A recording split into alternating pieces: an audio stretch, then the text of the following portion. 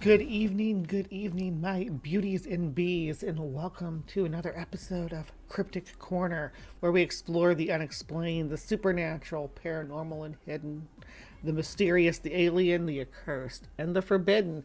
I am your host, Miss Bumblebee, and we are going to be diving into some oddities, as always.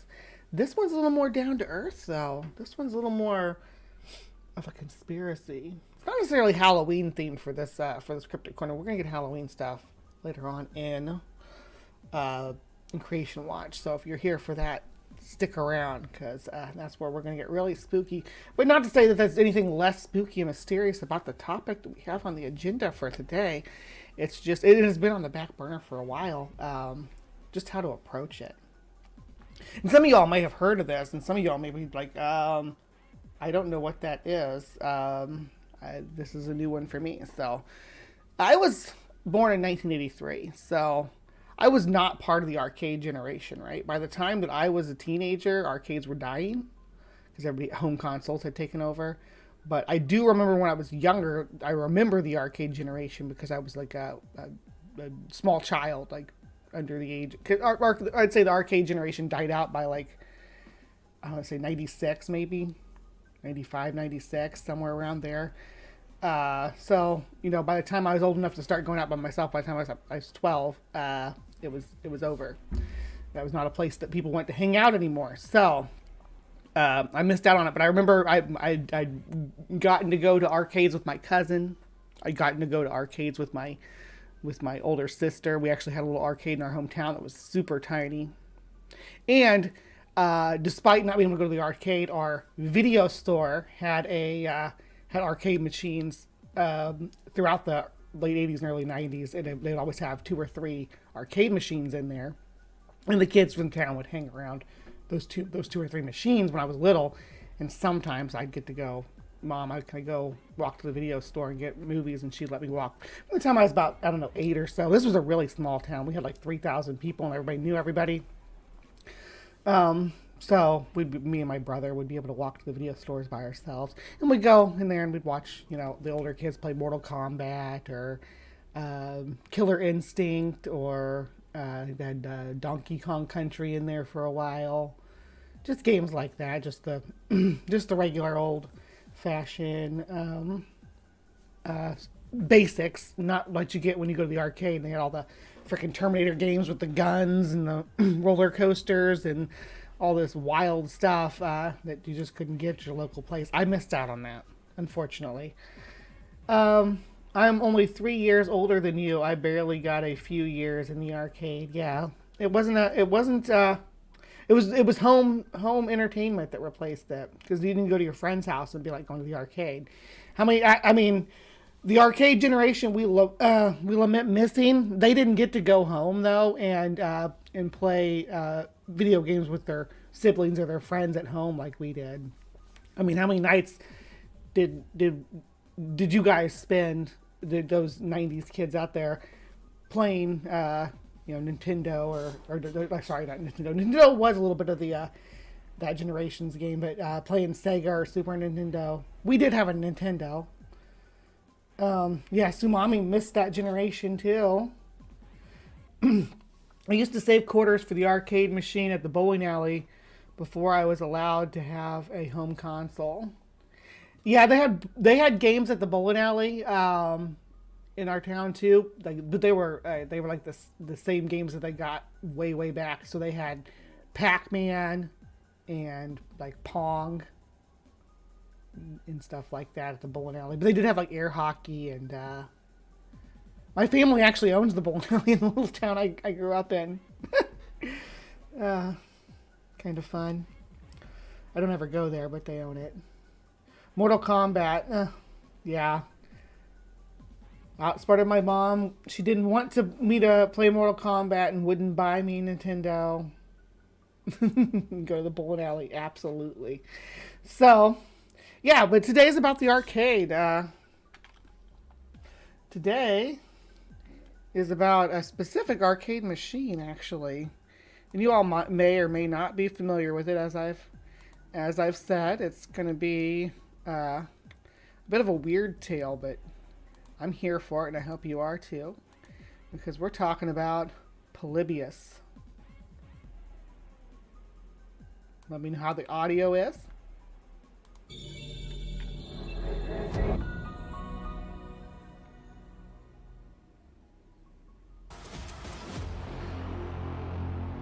Ooh, Nikki, yeah, I was thinking about it just a second ago when I showed you popped up. You were probably part of the arcade generation. Yeah, you had at the roller rink, sure. You know, they had a roller rink in this town that I live in now, which is across the river from my hometown. Anyway, let's get started. You all got me nostalgic for talking, just like reminiscing about the 90s. Did an unknown organisation, possibly the CIA or some other clandestine government agency, install an arcade game that possessed mind-altering capabilities, inducing anxiety, hallucinations, nightmares, and even suicidal tendencies in those who played it? What's the reason behind this dark project to conduct a top-secret psychological experiment which collected data on players' behaviour, responses, and physiological reactions, which would then be used to further the aims of mind control and psychological manipulation? Is this all just urban legend or a genuine experiment?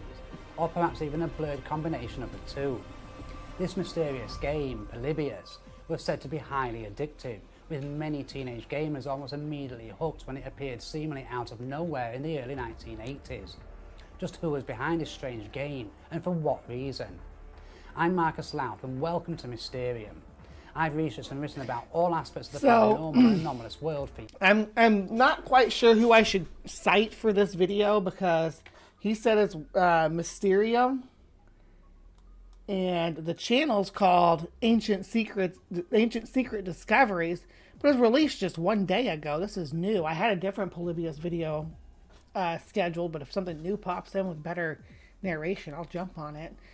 I learned about this through the Angry Video Game Nerd. But yeah, this is a new video, but the Zohar Originals, and he said welcome to Mysterium, but it's on Ancient Secret Discoveries, so I don't know who to cite. Ancient Secret Discoveries unearthed the chilling enigma, a covert government experiment on urban legend. Polybius, yeah, it doesn't tell who I should cite for this. This channel is, oh, here we go. This channel is managed by Zohar Entertainment Group International.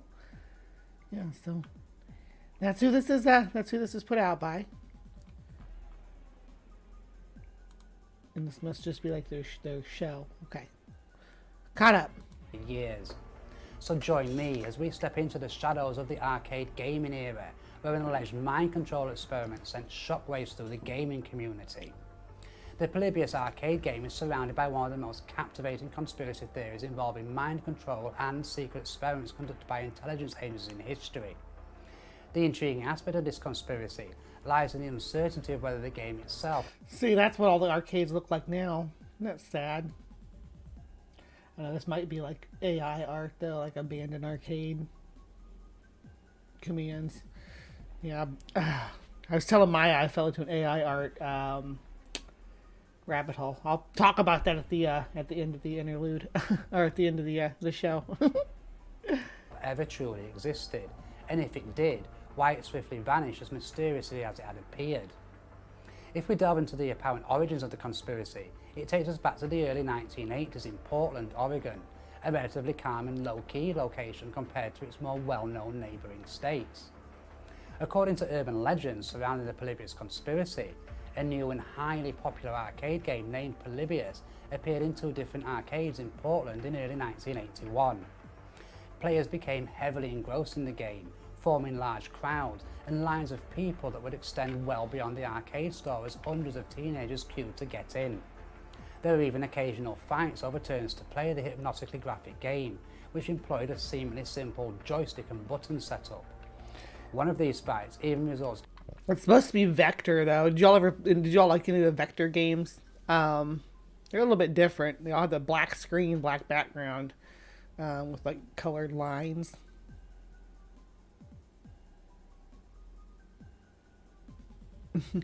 Yeah, I liked your I liked the ones I did for Bad Science Sunday. I did some AI art for Bad Science Sunday just for fun. There's some good ones.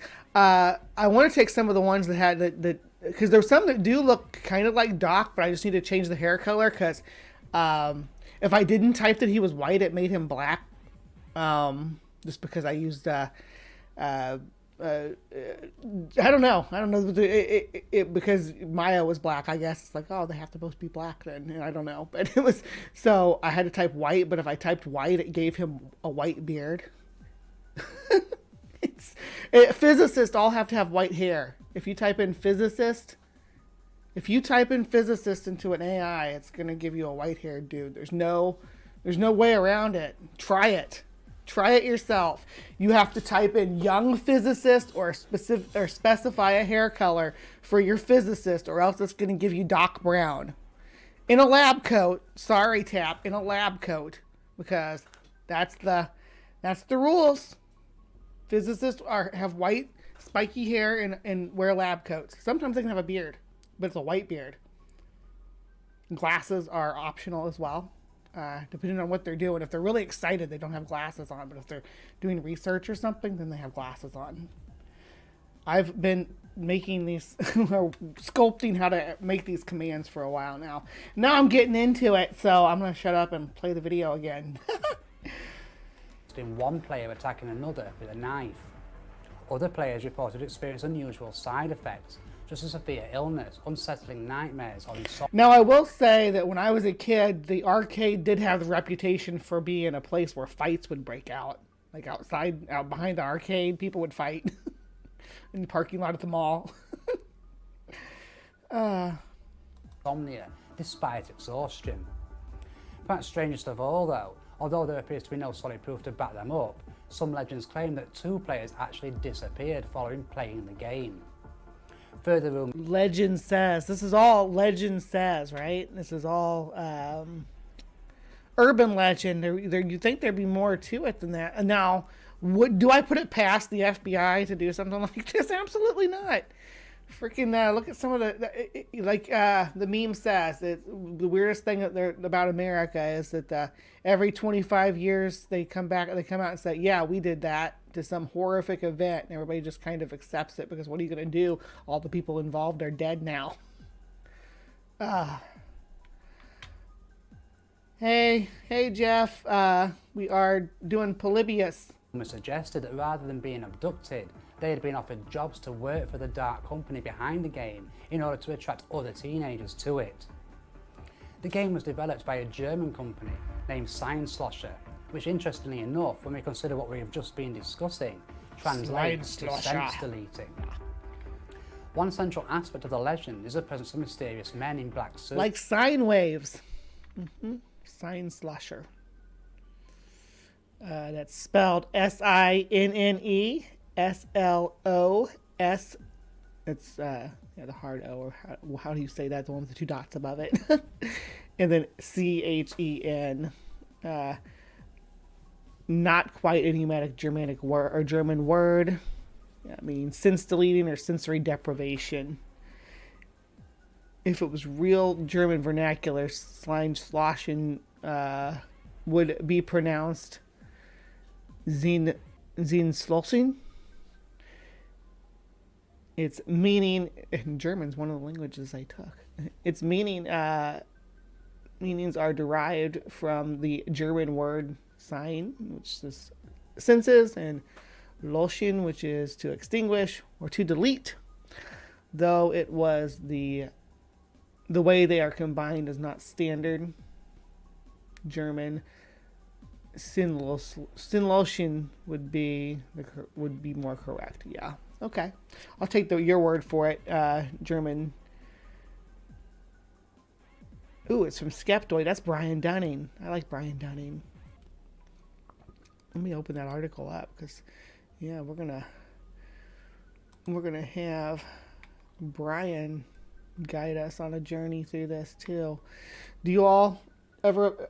Skeptoid is so underrated on YouTube. For a long time, they didn't have any followers at all. I saw him on Kenny Biddle's channel a couple of months back. Do y'all know Skeptoid? Brian Dunning.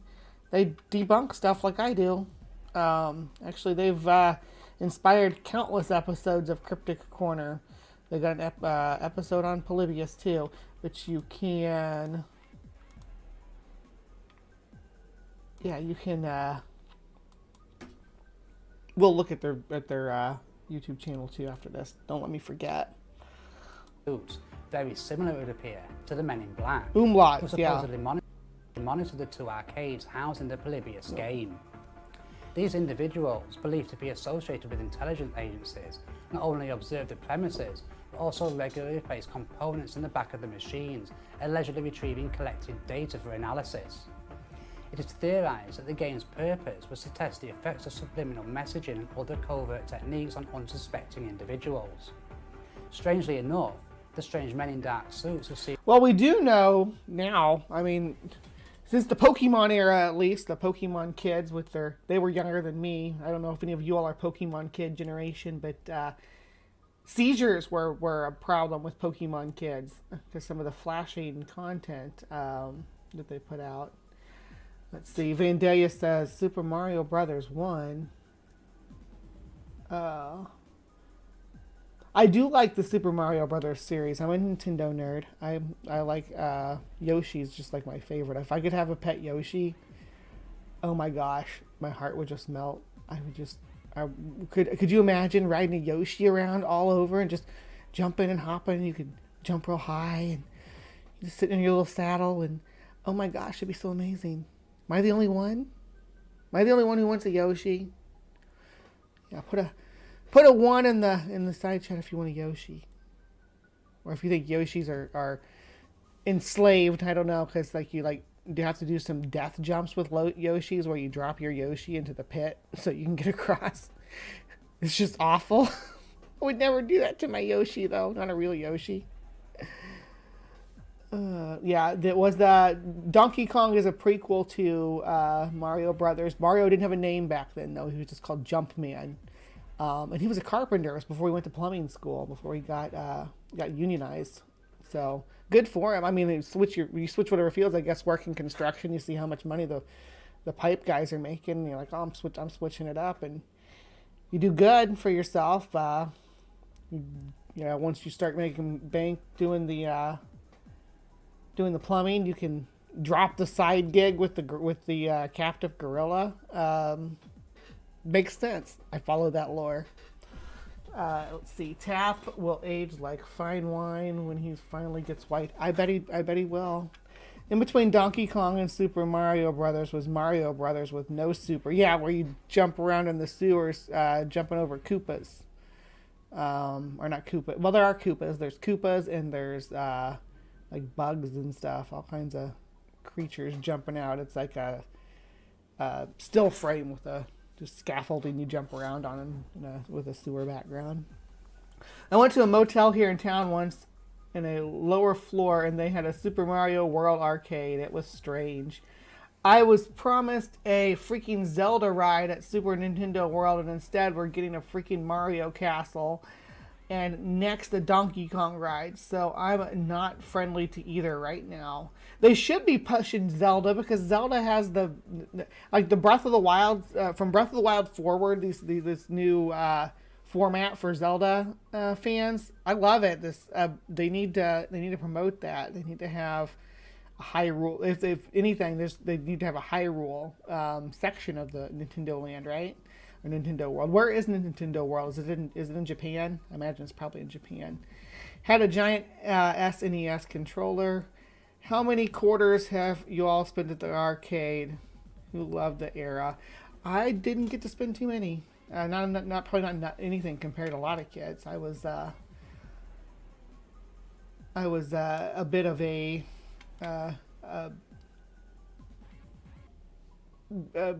bit young, and I didn't and lived in a very rural area, so there wasn't a lot of options. Good morning back.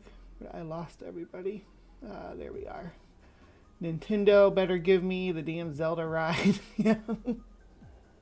before you're elderly. My Russian language professor told me when they teach writing to children, they call the umlauts mouse ears. That's cute. Yep. Good morning back. Good morning, Ryan.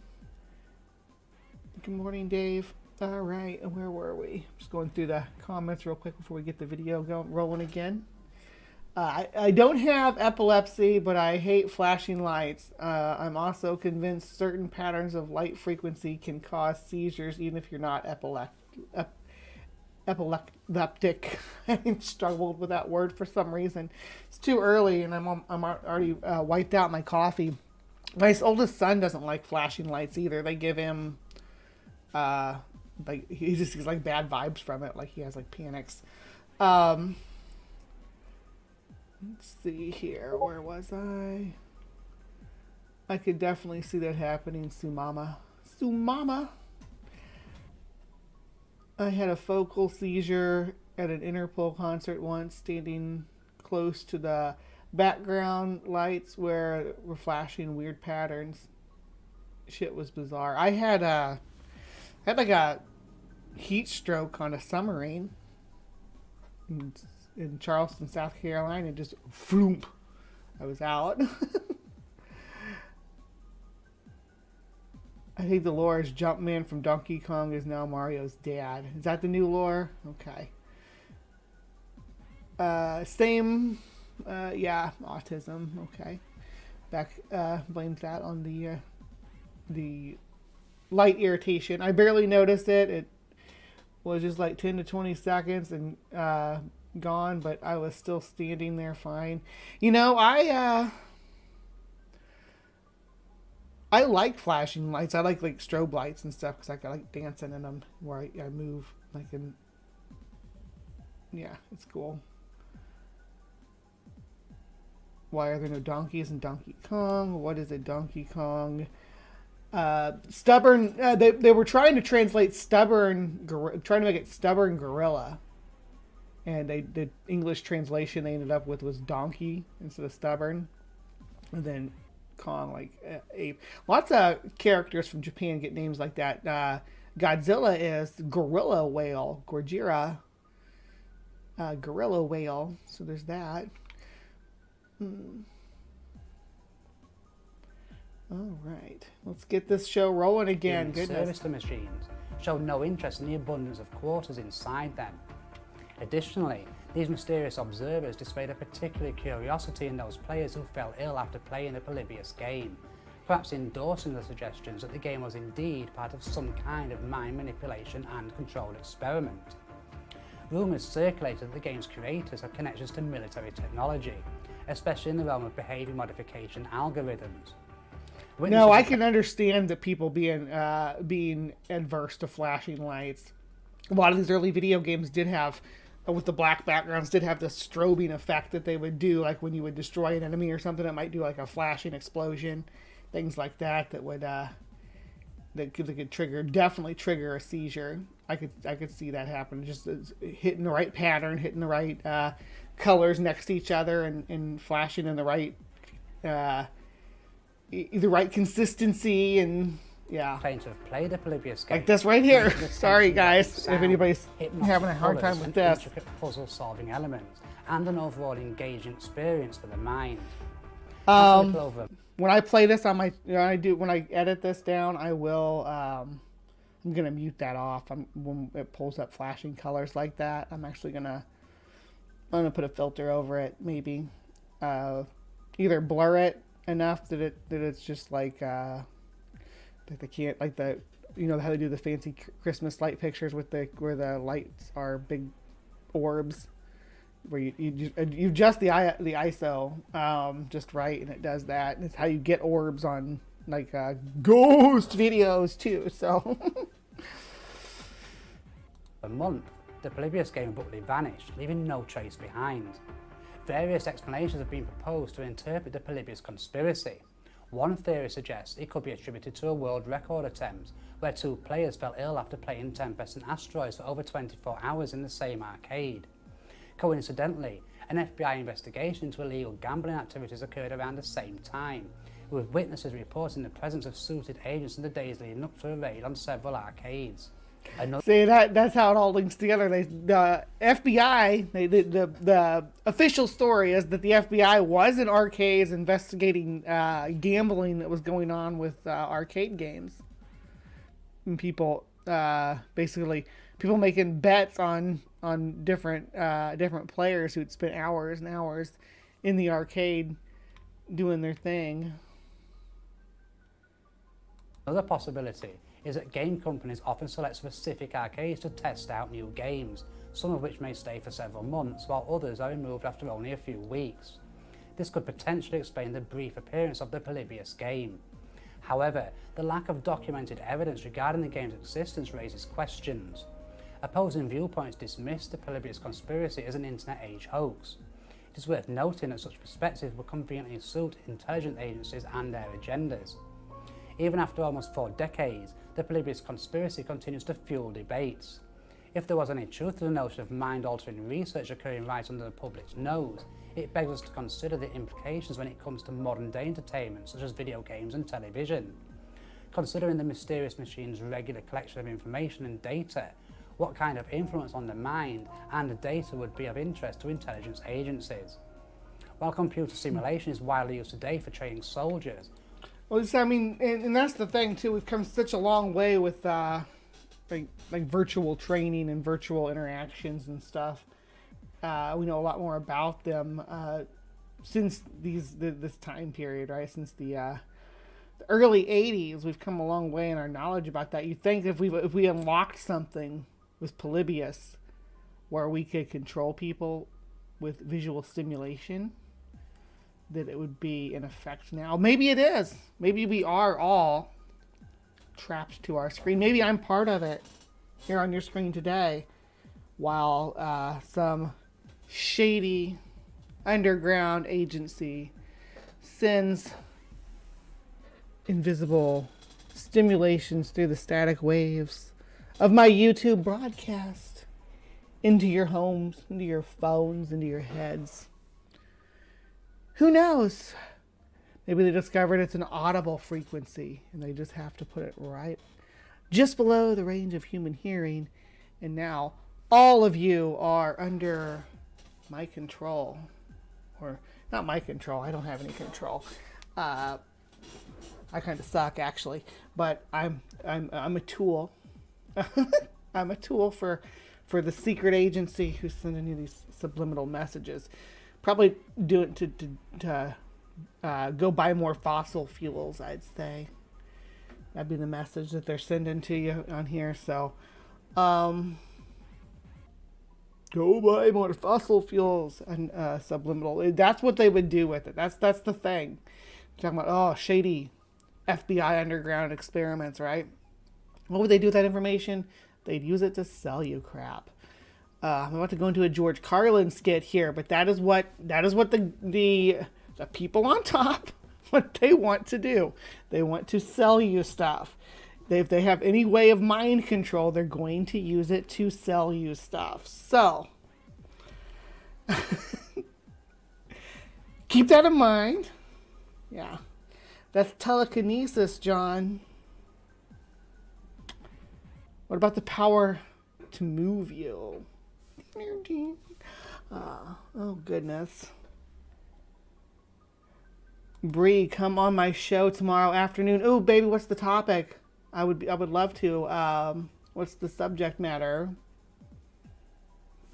I'll be happy to jump in. Let's continue on with our Polybius conspiracy. Look at this guy with his Charlie Day background. I love it. Like the newspaper clippings and stuff. I actually thought about getting a poster like that to put behind me, but I went with the piranha plant instead, just because it looked more. Wish it didn't wash out so much when there's actual light. But what are you gonna do? It's a sunny day out. One would expect such tests to take place within military campuses away from public access. If a secret operation did occur in Portland in 1981, it appears that this field experiment, with several variables at play, was likely monitoring the results of influencing a relatively widespread audience. As seen in previous conspiracy circles and the UFO community, discrediting something can be achieved by surrounding it with disinformation and false claims. This is certainly an element worth considering when it comes to mind-controlled experiments. It is advisable to keep this notion on our mental back burners, as it adds another layer to the complex world of mind-controlled experiments. Okay, so what's your make of So all me and Ryan have been talking about doing something for months too. This week, what do I got going on?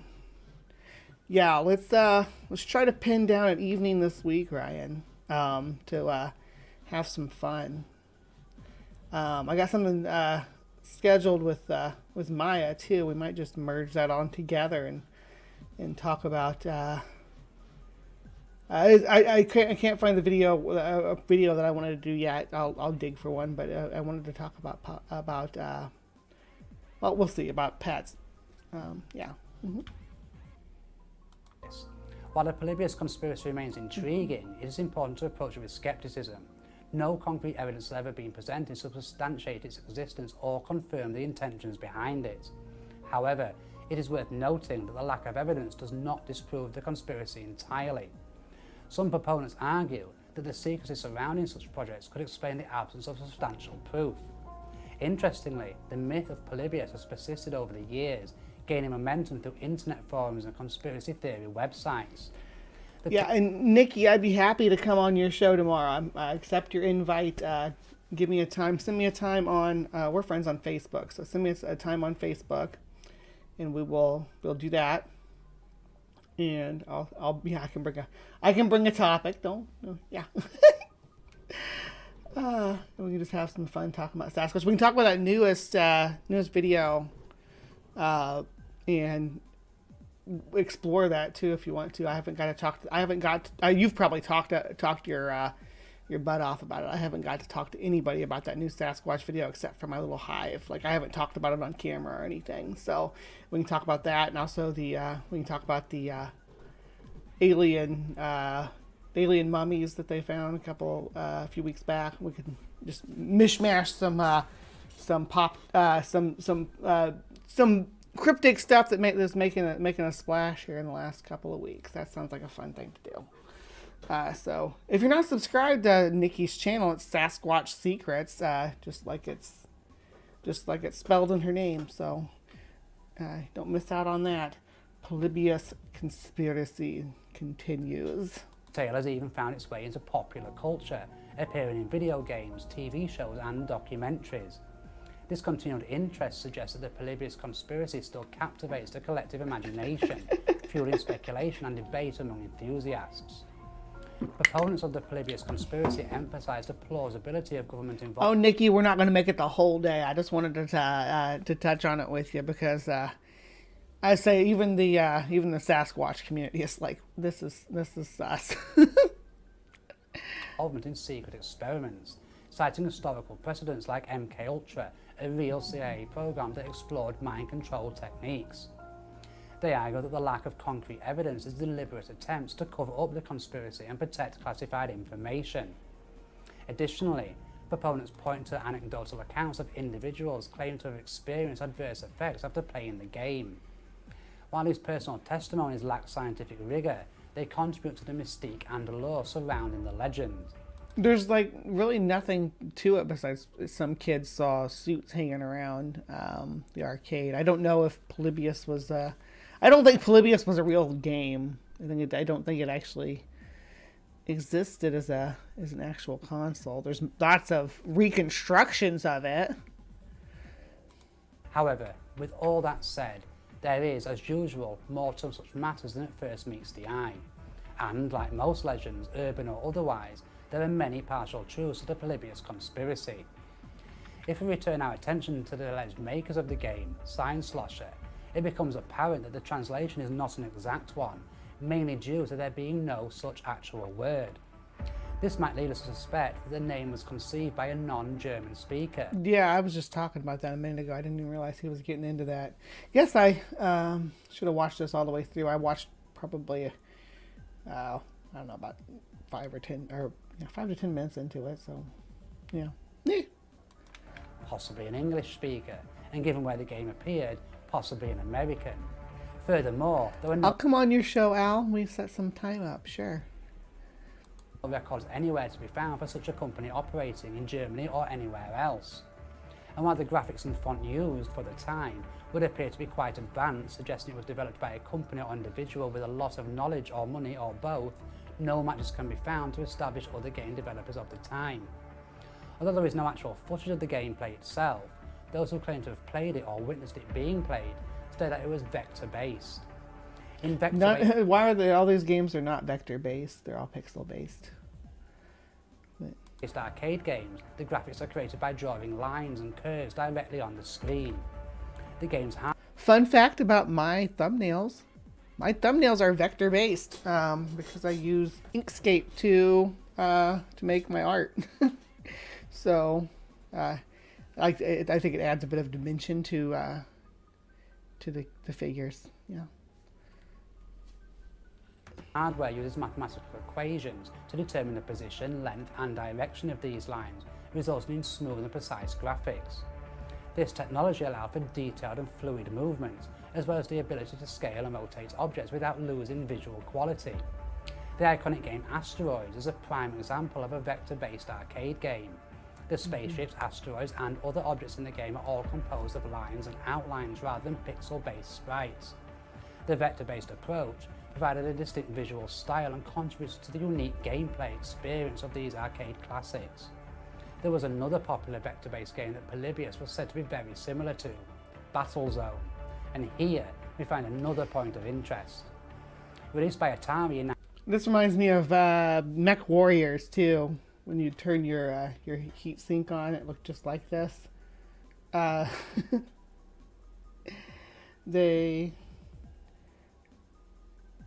think that was Mech Warriors vector based. I didn't know that. Neat. 1980, Battlezone was an arcade game that thrust players into the cockpit of a virtual tank. Featuring a first-person perspective and vector-based graphics, it provided an innovative and immersive experience for gamers. The objective was to navigate through a wireframe battlefield, engage enemy tanks, and... Yeah, it's like early first-person design stuff was probably really popular. I wonder if he's saying Polybius was supposed to be first-person, because I don't think it was. I think it was supposed to be like a puzzle game. We had like solve things in a certain fast pace, like navigating a polygon tunnels or something. Strategically destroy their forces. The military was quick to recognise the potential of Battlezone as a training tool. With its realistic controls and dynamic environment, the game offered a unique opportunity for soldiers to hone their skills in a simulated combat scenario. In an era where computer-based simulations were still in their infancy, Battlezone stood out as a viable and cost-effective option for training purposes, and the military had Atari develop the Bradley Trainer, which was essentially Battlezone tailored for their purposes.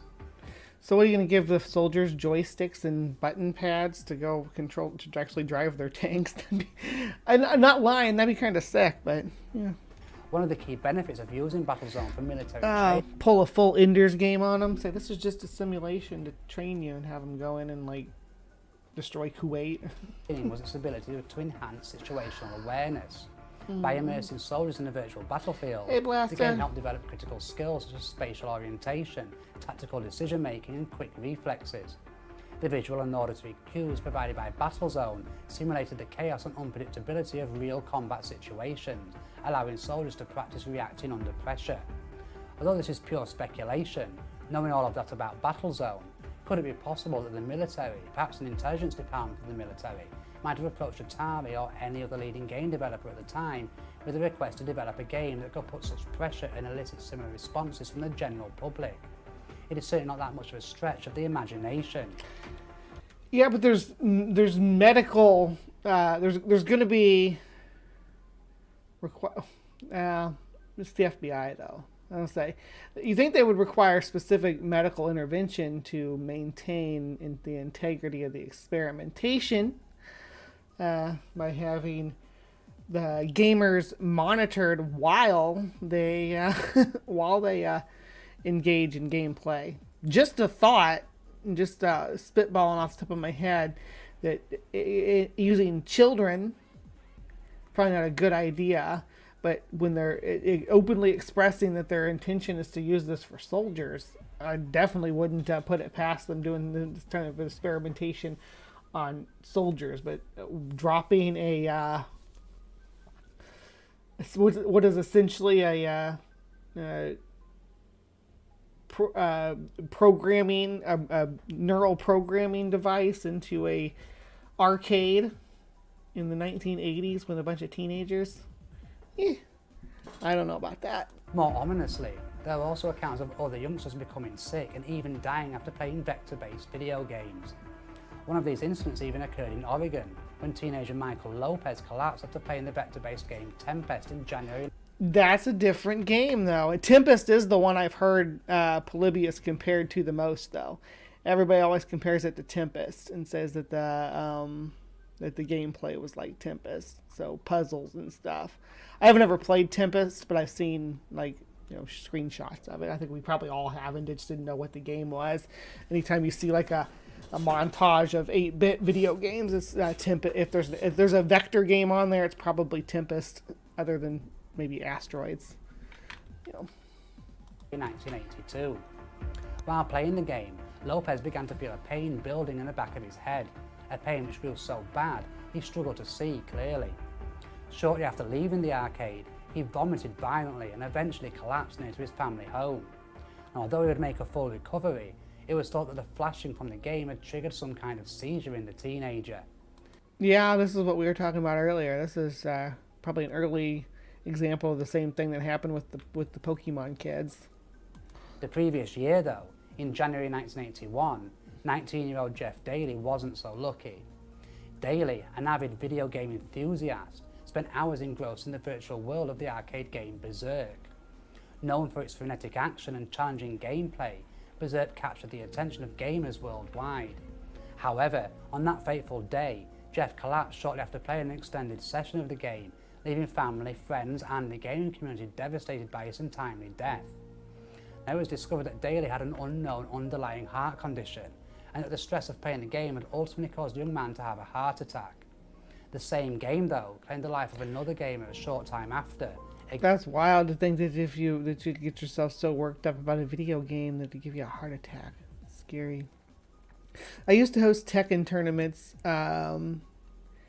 every Friday after the mall closed, and with my friends at the arcade. Tekken. I played Tekken for a little bit. Again, seemingly causing a heart attack. Okay, so we know that there could be real health implications of playing video games. There is, though, a further twist. At the same time that legends say the Polybius arcade game was available in Portland, the FBI conducted several raids in the city on, of all places, arcades. The official reasons for these raids was to shut down illegal gambling, drug activity. Right, and then that gets mixed in with this folklore about the video games causing people to have mental health issues and physical effects. In general petty crime. Yeah. And part of these operations even saw the FBI install video cameras and microphones in certain arcade games in their respective establishments in order to gather evidence of potential prosecutions. Furthermore, these federal agents often arrived in suits and ties, retrieved the cameras from the arcade games and simply left again. Might we suspect that the Men in Black claims associated with the Polybius conspiracy were these same federal agents? And was this federal activity legit? Right, that's what I'm thinking there. That's pretty based. I think that, they probably had monitoring equipment for busting gambling rings, and the kids saw the guys come in and get it and thought they were collecting data from the video games. Legitimate, or simply a cover for a CIA mind control operation. And we should note, it wouldn't be the first time that authorities from various places around the world have conducted experiments on their own populations without their knowledge. And when there is no solid proof this was the case with the Polybius legends, it certainly wouldn't take that much of a stretch of the imagination to suggest that it was. Might we consider, though, that the Polybius game was not some dark government mind control experiment, but merely a marketing research product that went drastically wrong? We should keep in mind, rightly or wrongly, the whole... No, I'm gonna go stick. I'm sticking with the busting gambling rings. Probably the Department of Gaming or whatever. What do they call that? Department of... I'm gonna look it up because it's gonna drive me crazy.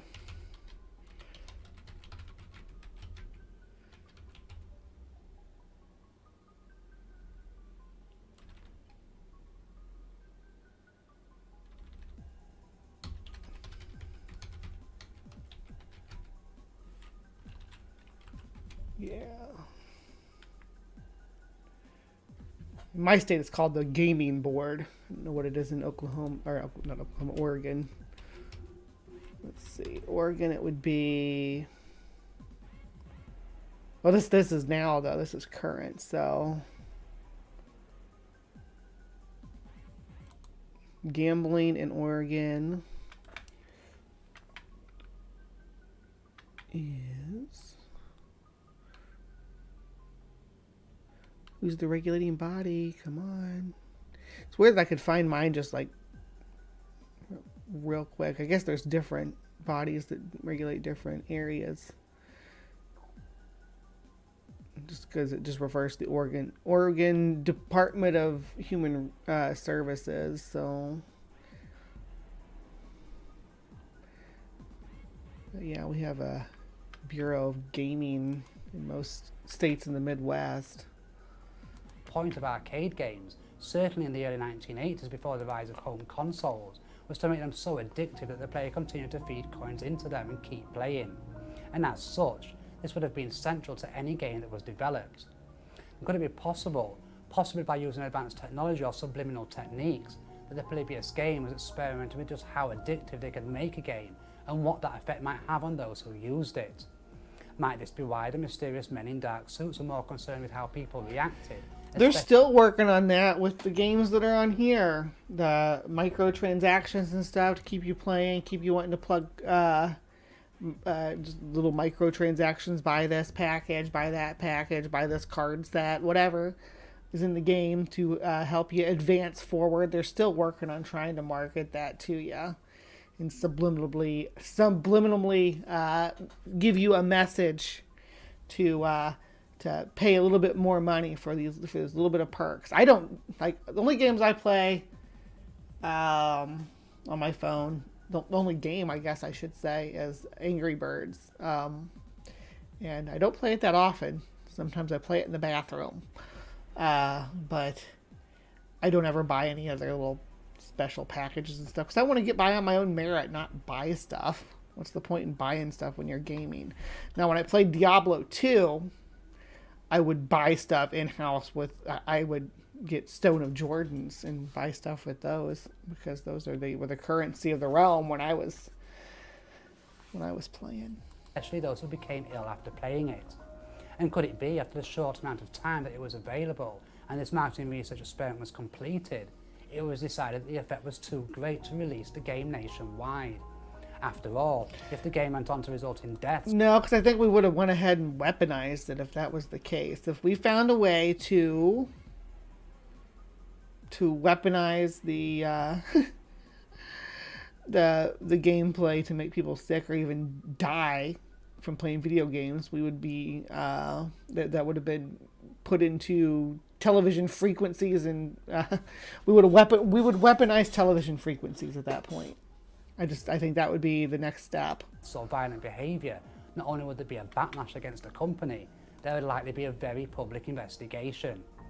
And with this last point in mind, is this why the Polybius game disappeared as quickly as it seemingly appeared, so that those behind it could suppress it and distance themselves for their rash experiment with the unsuspecting public? Of course, all of this is just speculation. Before we wrap this up, we should also briefly examine the name Polybius itself, as it could give us a clue as to how real or not the Polybius conspiracy Polybius, the Greek puzzle guy. It is. Now, Polybius was a Greek philosopher who was specifically known for puzzles and cryptography. One particularly interesting quote from Polybius, especially in light of our examination here, is essentially that a person should not believe something unless they have witnessed it themselves or others have. With this in mind, might we suspect that the Polybius conspiracy is a purposely manufactured urban legend? Some researchers have pointed to one particular theory that suggests Kurt Koller, the founder of CoinOp.org, played a significant role in perpetuating the Polybius legend. Some proponents of the theory speculate that Koller fabricated the Polybius legends as a means to drive traffic to CoinOp.org. They suggest that by perpetuating a mysterious and intriguing tale surrounding a fictional game, Koller could attract more... So, Polybius, the quote I guess he's talking about is that there is no witness so dreadful, no accuser so terrible as the conscience that dwells in the heart of every man.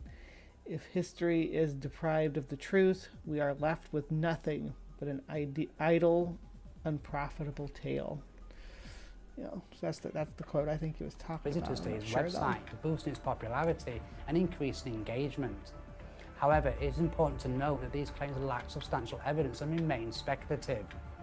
As with any conspiracy theory, it is crucial to critically evaluate the available evidence and separate fact from speculation.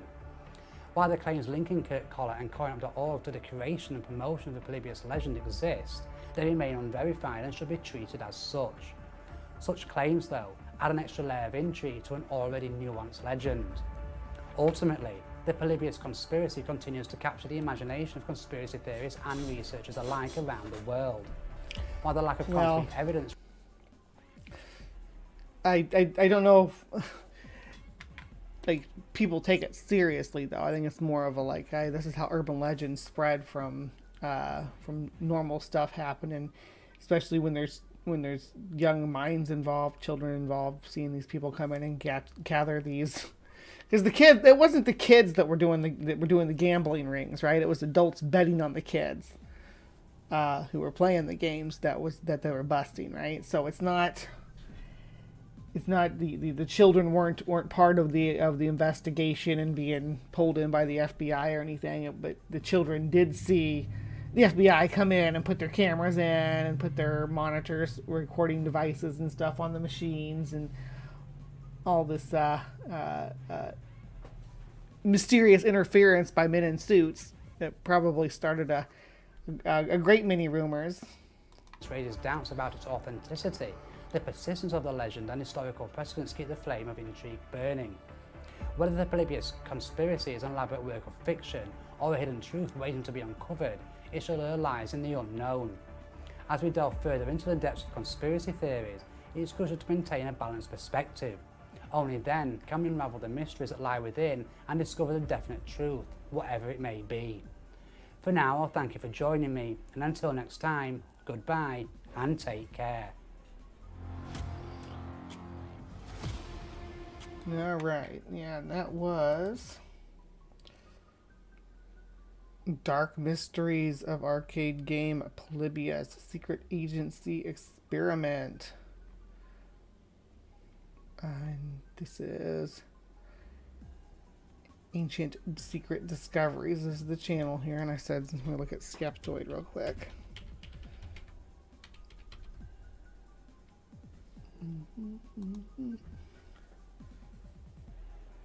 Yeah, they have a like 11-minute video on it here. You're listening to Skeptoid. I'm Brian Dunn. And they are, I mean, they got more subs than me, but they're still painfully undersubscribed. So if you like this kind of stuff, you can subscribe to this channel. They do videos pretty regularly. It was 3 days ago. 2 videos just 3 days ago. About pretty much any subject you can think of when it comes to skeptic and debunking. I also interact with some other people in the skeptic community, but yeah, check that channel out when you have a spare second. But yeah, so that was Polybius, the mysterious video game that appeared in Oregon and was used to brainwash, allegedly, to brainwash children into all kinds of different physiological and psychological responses that were documented and stored by the FBI. And yeah, it's a big conspiracy, but what it really comes down to is that the FBI was investigating a gambling ring as observed by adolescents who didn't know what was going on. And it looks suspicious.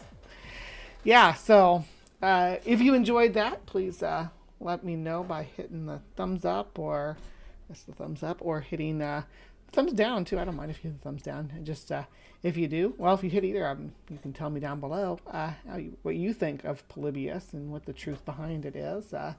Whether you think it was actually a real experimental video game that existed, or if the video game was fabricated whole cloth. Because I'm still on the fence about that, whether something that was called Polybius existed at all. That I don't know if someone slapped a different name on it on Tempest or something, but yeah. Anyway, to my beautiful, wonderful Cryptic Corner crew watching this with me Friday night, please remember to pop in tomorrow morning for Live from the Hive for even more spooktacular fun as we move through the dark corners of the internet. Please remember to be kind, take care, and we'll see you next time.